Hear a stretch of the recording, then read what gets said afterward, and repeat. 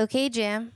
For today's Ask a Chemist, I will be answering, a chemist, will be answering questions about self-tanner, why dry ice does the thing that it does, what makes high fructose corn syrup bad, is it even bad, and so many more questions from our listeners on today's episode. Let's do it. Sounds Yay. good.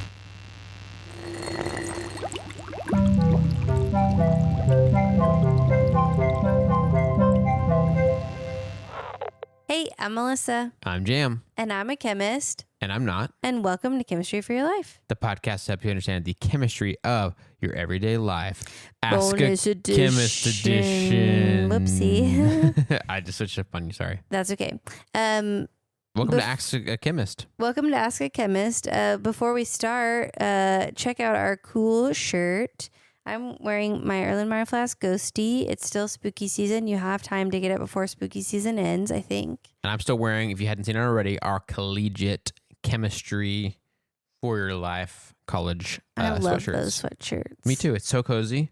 Feels great. Looks great. People are like, "What? You went to college?" And I was like, "Well, yeah, but I'm also currently enrolled in chemistry for your life as we speak." Okay, well, let's get into some of our listener questions. But the first question is actually from me, which is, what's your hot take on tanning and self-tanning? Yeah, so we just did an episode about tanning and self-tanning and all that kind of stuff. And the not so hot take is that anything that's not so good for you, for instance, just like laying in the sun, the like old school tanning method, that's just for the sake of like changing your appearance. I'm like, is there anything dumber? Like, imagine a future version of our society where they look back at all the things that killed us. And they're just like, why were they doing that? Like, they did what? You know? And we do that now about things that used to happen in the past, where we look back and we're like, they did what? Yeah. You know? So that's one thing on the, like, the self-tan or the non-sun kind. Okay.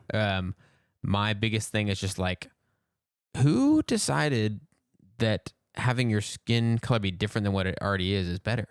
I don't understand why we're buying into that.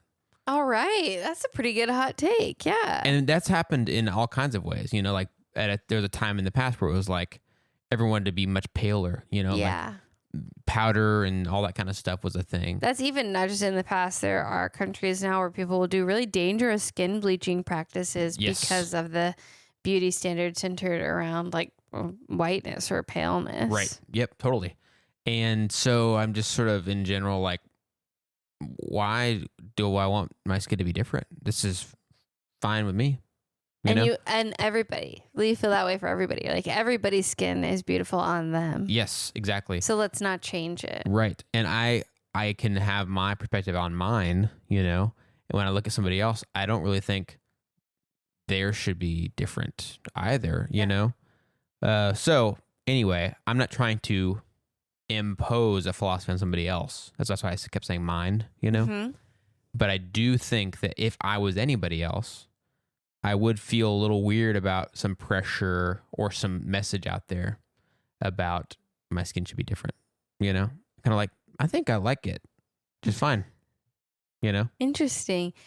So that is a good perspective. I do know some people, like I have some friends who like their skin to look darker because like they feel like it matches more with their identity. Like in the winter, I have a friend who is Mexican in the winter. She's like, I just look so pale. I don't feel like I look like me. I want my skin to be darker.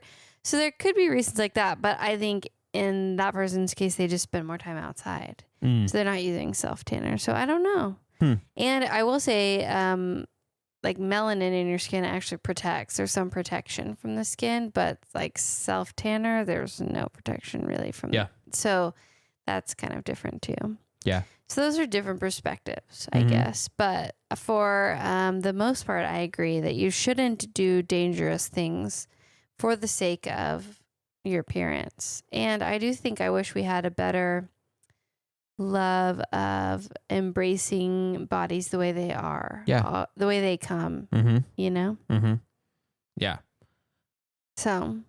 And there's probably, I mean, like you could hone in on one thing like tanning, but there's like obviously 100 things you could talk about. I was thinking about Botox. Oh my gosh. Where it's like that is the most dangerous toxin known to man. Mm-hmm. And you know? Mm-hmm. But then sometimes I look at this wrinkle on my forehead and I'm like, wait, maybe I should do that. Mm-hmm. So sometimes I do get the temptation, but yeah, totally. And you know, it is understandable. Like the feeling, you know, I'm not like, I don't know.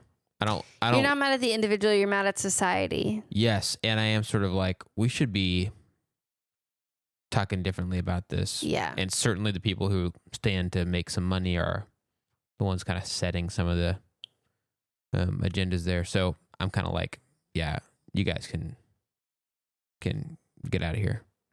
So also, I feel that way also about like trends and spending money for fashion. Mm-hmm. Is like, so very recently, you know, I found out, skinny jeans aren't cool anymore. We're going back to flare jeans. And that was like a year. And now I just read an article that was like, we're going to make these skinny jeans not look 2014 as we're coming back into style. And I'm like, that was 5 minutes that these weren't cool. But before it was like 10 years that this thing was like all of the 70s had the, you know, that fashion. Mm-hmm. And so I decided to not care about fashion because it feels the same. Like people are setting that totally standard who want us to spend our money on things that they have. So instead, let's just, let's not care. Mm-hmm. Yeah. Yeah. Okay. Well, that is we like your hot takes. They're fun. So thanks for opening with that. I also want to read a little bit from Jessie, who asked some of these questions and who suggested the episode. She works, I guess, in formulation chemistry. So basically like making beauty products. And she said that DHA is very unstable and fussy. It's like very an unstable and fussy raw material. But when you add color to it, it sometimes turns green. But if you put that same formula, she said in its component, which I think means like in its plastic container, it interacts with the plastic and turns it white. So there's all kinds of chemical interactions happening here, which does not surprise me because it is a pretty reactive molecule. Like it has a lot of spots where reactions could happen. So I'm not super surprised by that. And I think naturally it wants to be it's like a powder. And so for it to be in some kind of formulation, it would often be in the liquid state. So it would be more like they would have dissolved it in some things. It would be more able to interact. Like it would physically be encountering other molecules more and able to interact more. So I'm not surprised by that, but it is fun to hear from that. That's interesting. Crazy. I know. All right, for one of these? Yeah, let's get started on some of the questions. Okay. Now it is questions, you know, these always come from our community, our Instagram, our wherever. We love these to come in through our website. It's a little more easier for us, chemfreelife.com. But this is a lot from Jessie. Whoa. Yeah, these are the questions that started the how do self-tanners work. Okay. So why do they turn different colors on different skin? I think it's because all of our skin is different. And so it has different components of those things. And so the way they react will be different for different people, even if it's the same base formula. This is my guess. This is all chemistry off the cuff. Yes, chemistry off the cuff. Why is it that the color is often orange? So I think it's from, I think we get the like misconception of spray tans looking bad a lot of times because early on, they didn't have really the formulations just right. And sometimes they'll mix the DHA with other things that may also enhance or slightly make it a more golden. Sorry, I teach class at 8 a.m. and it's like 11 p.m. So they'll make it more golden. And then also, so early on, I think the formulations weren't exactly right and they've been working on it. So now it's like pretty low, like 3%, 5% of DHA in a solution is the most you can get. But I think when it was earlier, it was more concentrated or there was some maybe other molecules in there that also reacted with the DHA that made it do that orange streaky color. But I think now you get a lot less of the orange. I think it's more in concentrated areas where like on your palms and stuff, and it's kind of bronzy.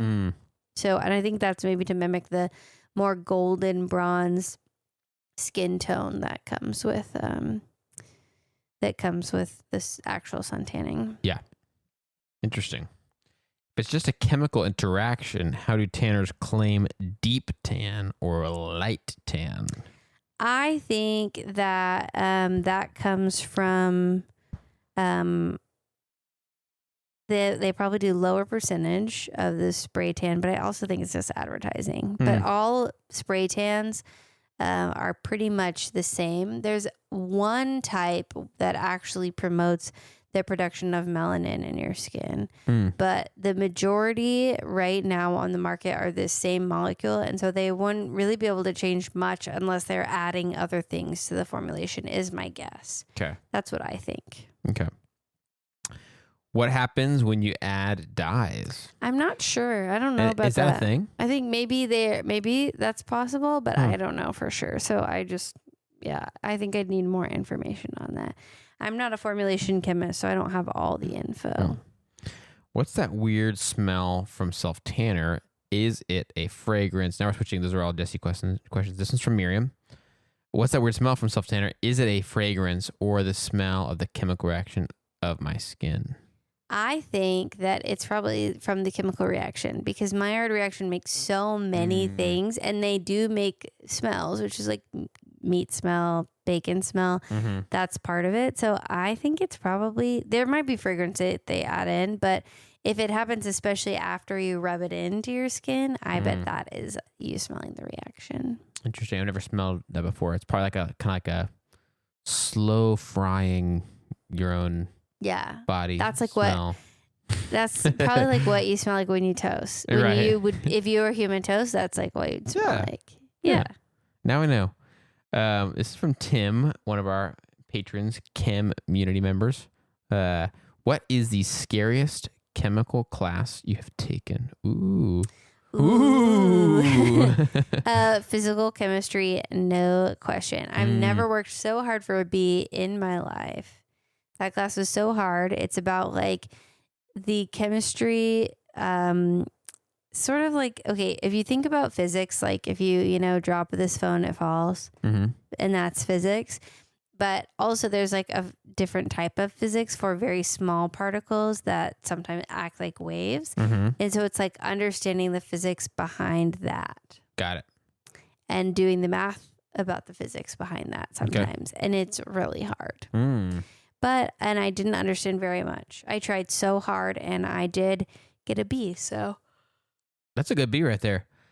Like you can feel good about like, I worked hard. Yeah. I have never been so proud. I've not even been that proud of Ace as I was of that B. So dang. Yes. And then I posted that, and our another patron who is a chemistry person who just graduated and they're starting grad school now, he was like ditto. Same. Seconded. PChem is the worst. Interesting. It is a hard one. Wow. I don't know that I would have really been able to wrap my mind around, like, when you just say physical chemistry, kind of like, yeah, what does it even mean? Like, isn't all chemistry have a physical nature to it? Like, well, there's also like a second half where it's all about thermodynamics. Oh, whoa. So it's like heat and energy. Got it. Okay. And how do those move? Yeah. Okay. I see. The interplay of physics and chemistry. It's weird because the word physical to a layperson is like, I mean, the chemicals are really here. Like, the molecules are always physical at some point when they exist. Yeah. You're like physical changes. What's that? Just like melting? That's like what you learn in high school like science. It's like physical changes versus chemical changes. Right. I remember that. And it kind of is just like melting. Like we're just moving these molecules around. And actually, so I had that class called PChem or physical chemistry, but Mason had a whole class on thermodynamics as an engineer. So we had like a lot of overlap in that one area of like heat and energy. Interesting. This question's from Gypsy on Instagram. How do chemical peels work? Okay, so I'm guessing. So, we Like talked a about face peel kind of thing? Yeah. Okay. And we talked about how there's like the top layer of skin that's like a lot of dead skin cells. So I think a lot of chemical peels are actually abrasive and they like exfoliating. So basically they they chemically interact with and would remove the top layer of mostly dead skin cells. And I think sometimes they'll actually go to like the oldest layer of skin too, so that then like the skin that's showing is the youngest, nicest cells. I think that's the idea behind it. But again, that's chemistry off the cuff. And I think it would be fun to do an episode on that. Yeah. Interesting. From Evan on Instagram, what makes fructose bad? Well, first of all, my baby nephew is named Evan, and it's cute to think about if he wrote that post. Yeah. But he didn't. Evan, we actually did a whole episode on this, and it's called, I looked it up right before and I didn't write it down. It's like, is high fructose corn syrup bad? Or something Is high fructose corn syrup bad for you? It aired in August of 2021.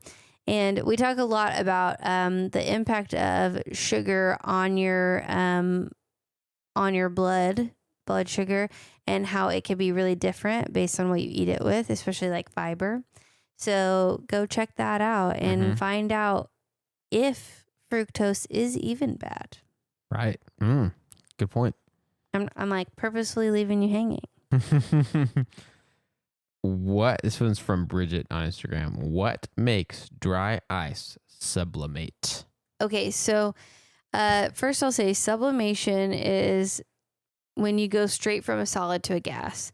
So if you've ever seen dry ice smoking, that's because it's going straight from a solid to a gas. And the reason that happens is because at standard temperature and pressure in rooms, dry ice is a gas. But if you make CO2 very cold, it is able to freeze solid. But it's just at standard temperature and pressure, there's not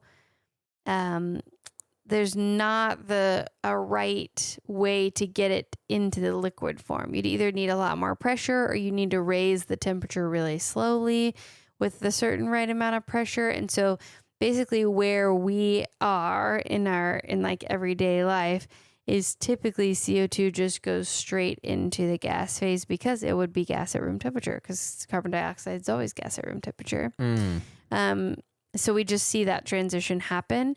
We're just not used to that, because typically, like with water, it can be a liquid. It's often a liquid at room temperature, but CO2 doesn't have that same ability. But it can be a liquid. You just have to get the right temperature and pressure ratio. It's always so fascinating to me, where it's like what we think of as so normal is like, well, it's because for these certain things at the pressure we are used to and the temperature we're used to, that is how it presents itself. Yeah. But if we want to have like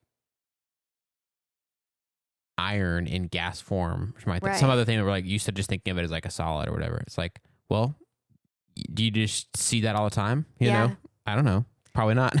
I feel like that's true for like water expands as it freezes. Almost everything else gets smaller as it freezes. It's like the molecules are moving around more and more when they're in gas, and less in liquid, and they're closer together in liquid, and then they're the closest together for everything else, not everything, but most everything else, when they're in the solid phase. But water is the exception to that. So I always, when I'm talking about the way electrons move, it's like, I have to, or molecules and atoms move, I have to caveat that. Like, so, it's the closest together for most things in solid, because that's what so many people, it's like water is their number one example of phase changes. So Right. And it's like, it's the one that we've experienced all of them. It's like everyone's encountered steam and water in liquid form, and then, ice. So, yeah. So interesting. Do you remember what's the temperature that dry ice has to get to? Like how cold does it get to freeze? You can look up a phase diagram and see. A phase diagram has like, at what temperature would it be a liquid, a solid, or a gas? And there's like a critical point where it goes from one to the other. I can't remember exactly, but let's see. Carbon dioxide. Let me look. So if you want to, you can put up a phase diagram right here so you can see. And on it, we would be able to look at where, at what temperature is it a solid, a liquid, or a gas. So this is where it's a gas right here.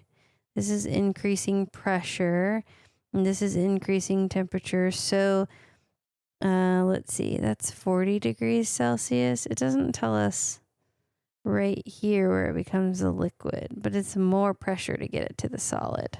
So wait, your question was about when does it become a liquid, or what temperature does it freeze? When does it freeze? Yeah, when does it become a solid? Oh, I can just Google that. What temperature does carbon dioxide freeze at room temperature? I thought you were asking how would we get it to a liquid? Oh no, sorry. Like because it's also like way colder, right? In order to get it to freeze. Yeah, it's like negative 78 degrees Celsius, so negative 109 Fahrenheit. Wow. But it's under a lot of pressure, right? Which, if you put the phase diagram up, you can see that it's like as you increase pressure, the temperature is lower to get it at those different things. So it's like, oh, if we have higher temperature, you have to put more pressure to get it, to be a liquid, but as the temperature gets lower, you have to put less. So that number I gave you, I think that's what it freezes at like standard temperature. But the way we get it to freeze is we put it under a lot of pressure. Standard, like atmosphere, you mean, or whatever? Yeah, like okay. Or like just walking around. Yeah. Okay. Interesting. That was a good question. I knew that somewhere, but I didn't know I couldn't remember like how drastically different it was. I just remember thinking like, oh my gosh, that's cold. Maybe that would be a fun episode for like Halloween. Would be like spooky, ghosty, fog, carbon dioxide. Yeah, that'd be cool. But I've been researching other things for Halloween, so I don't know. Okay, well, I think that's it. I did pull a few positive comments because we like to shout out people and thank them for that. So the first one from YouTube is actually they're both from YouTube this week because we had no new reviews on Apple Podcasts, but one's from It's Your Boy Nadia on YouTube, and they said, "Love, heart your show." It was a little cute heart emoji. If you're looking for ideas, I'd love a series where you explain the importance of every vitamin and minerals biochemistry in our body. And so we've sort of started doing that slowly. We did vitamin A with retinol, vitamin B. I guess we did vitamin D with our skin, and vitamin C. So we're slowly working through that. Oh, yeah, that's right. Yeah. That'd be cool. Do you want me to read the next one? Yeah. This next one's from Matthew, also on YouTube.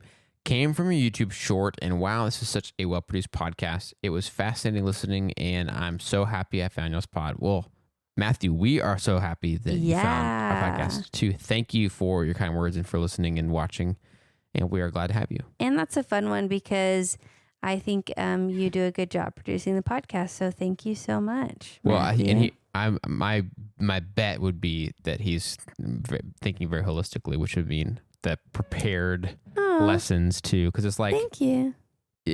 I don't know which short that was on, or did he come from a short and then comment that on one of the videos? On a video, yeah. So it sounds like the whole shebang he's getting to experience for the first time. So yeah, that's both of us. Well, that's really fun. So thanks for sharing that. Yes, thank you, Matthew. And if you have a question, we obviously went through a bunch of questions and comments. Please reach out to us and send those to us. Sometimes they end up right here on our Ask a Chemist episodes. Other times it's a really good question. It's going to be a full episode. So that happens too. So please send those to us, your questions and ideas, on our website at chemforyourlife.com. That's chemforyourlife.com. Share your thoughts, ideas, and questions. If you'd like to help us keep our show going and contribute to cover the cost of making it, you can join our super cool Chem community of patrons on patreon.com/chemforyourlife. You get perks, ways of us saying thank you for supporting the show and keeping it free for everybody else. One of the things you do get is an ad-free feed of the show, plus a bunch of other perks. Check those out on patreon.com/chemforyourlife. If you're not able to do that, you can still help us support the show by subscribing in your favorite podcast app, rating and writing a review on Apple Podcasts or Spotify. Also subscribing on YouTube, commenting, liking stuff over there. Those things help us to share chemistry with even more people, help more people find the show wherever it may be found. We're also on TikTok and Instagram, so you can interact with stuff and comment on there as well. So this episode was made possible by our amazing community on Patreon, and we want to take time to thank every one of you. So thank you so much to Autoclave, Chelsea M, Dorien V, Scott B, Jessie R, Ciara L, John T, Avishai B, Bri M, Brian K, Carol R, Chris and Claire S, Chelsea B, Derek L, Elizabeth P, Emerson W, Hunter R, Jacob T, Kristina G, Katrina H, Letila S, Lyn S, Melissa P, Nichole C, Rachel R, Sarah M, Stephen B, Suzanne P, Timothy P, Venus R, Erica B, Cullyn R, and Jeannette N. It's amazing that we have so many names to share and that our community is growing so much. Thank you again for everything y'all do to make chemistry for your life happen. And if you'd like to learn more about today's... Oh, I guess we don't have references, do we? Nope, no references. I guess I'll just say... Yay, chemistry. And buy some stuff if you'd like on our store at chemistrylife.com/store. All right, see you next week. Bye.